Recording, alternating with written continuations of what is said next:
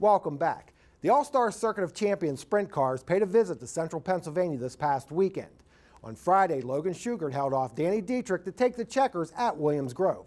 On Saturday, Port Royal Speedway held the Bob Weikert Memorial.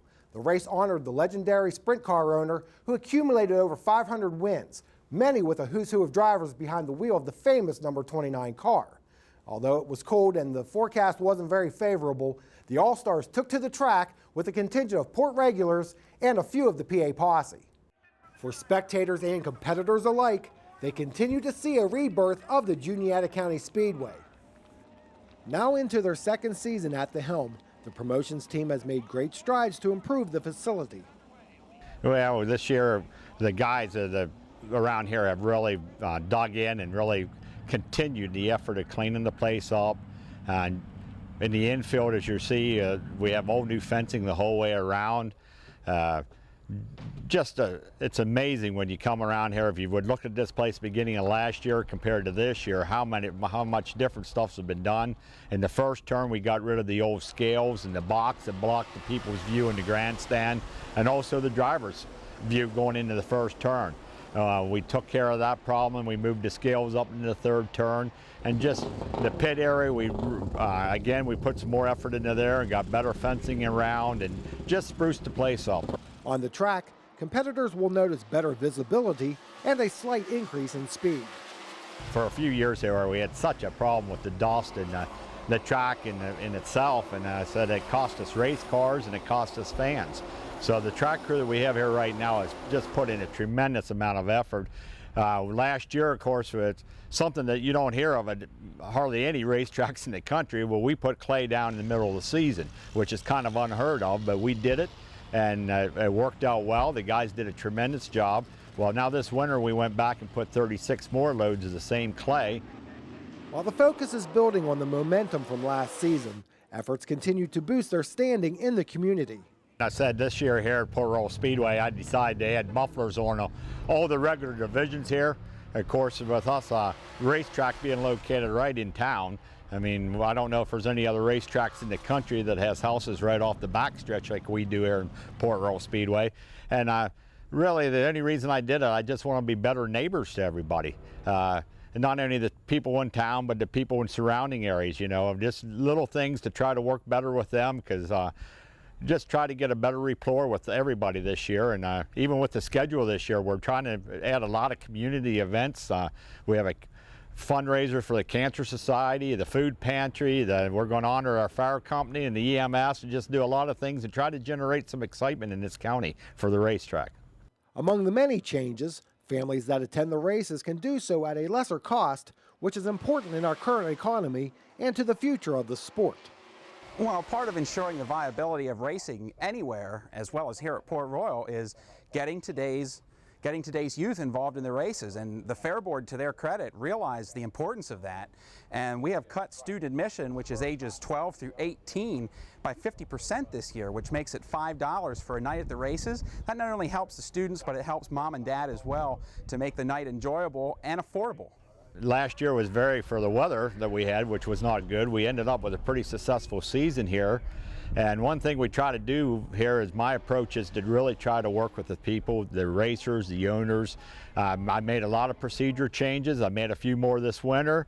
And it's all because that's what the guys want. That's what the owners want, and we need them here at Port Royal. So we just try to work with everybody and just try to make things better. And so far, we'll see what happens, but it sounds good. I got the racers, the owners are excited, and I think also the fans. Now on to the highlights of the 30-lap Bob Weikert Memorial. David Gravel in the black 89 would jump to the lead from the pole position, but he was quickly challenged by the 39 of Greg Hodnett, the defending winner of this race. Just as Gravel opens up a slight lead, Hodnett dives under him in 3 and 4. From there, it is a drag race to the line. Gravel would have a slight advantage over Hodnett to lead lap 1, but just as quickly, Hodnett slides to the lead in 1 and 2. Then Gravel gets a little out of shape on the exit. With 2 laps down, Stevie Smith spins while running in the top 5. Blaine Heimbach has nowhere to go and collides with Smith. Both drivers were okay. On the restart, Hodnett jumps to a commanding lead with Gravel in second and Danny Holtgraver in third. The 45 of Paul McMahon and 1 of Sam Haferteep Jr. duke it out for the 4th spot. Going into turn 3, Haferteep shoots by on the outside to gain the position. In the early going, fast Freddie Raymer in the red 51 and Chad Layton in the 7 Middlesworth machine battled to get inside the top 10. Aaron Ott in the 77 was not far behind the duo. Less than halfway through, and Hodnett is lapping some strong cars, including the 5 of the Wild Child, Jack Hottenchild, who set fast time and came within 4/100ths of a second of breaking the track record, held by Tyler Walker. By this time, Holtgraver was up to second, but still far behind Hodnett as they reached the halfway point. One of the premier All-Stars, Tim Schaefer in the red 83, could only muster a 12th place finish. With less than 10 laps to go, Hodnett comes upon the 29 of Justin Henderson, who traded his black 35 to drive a version of Bob Weikert's famous rides. As the laps wound down, Holtgraver was half a lap behind in second.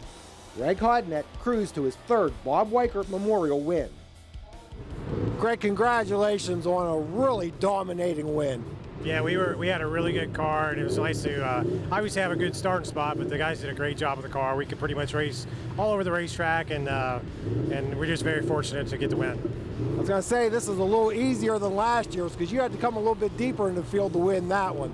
Yeah, but anytime you race against the All-Stars and again, our local guys, it's tough anywhere you start, so we were just, again, very fortunate to be able to come out with a win. You're talking about the caliber of the competition here, but yet you were lapping some stellar drivers and teams.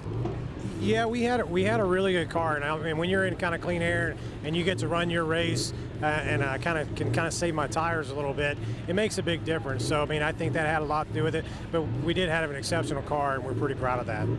I'm sure you'd like the Weikert family to sponsor more races because the 3rd win of this. I told them they need to come back every week. Here's a quick look at your top 5. It's Greg Hodnett, Danny Holtgraver, David Gravel, Sam Haferteep Jr., and Paul McMahon. I caught up with Danny Holtgraver, the runner-up, after the race.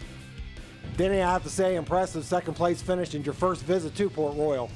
Yeah, it was a great night. Never seen the place before, and just came out and did our normal deal. Went out, time trialed good, and put ourselves in good position all night, and worked out for us.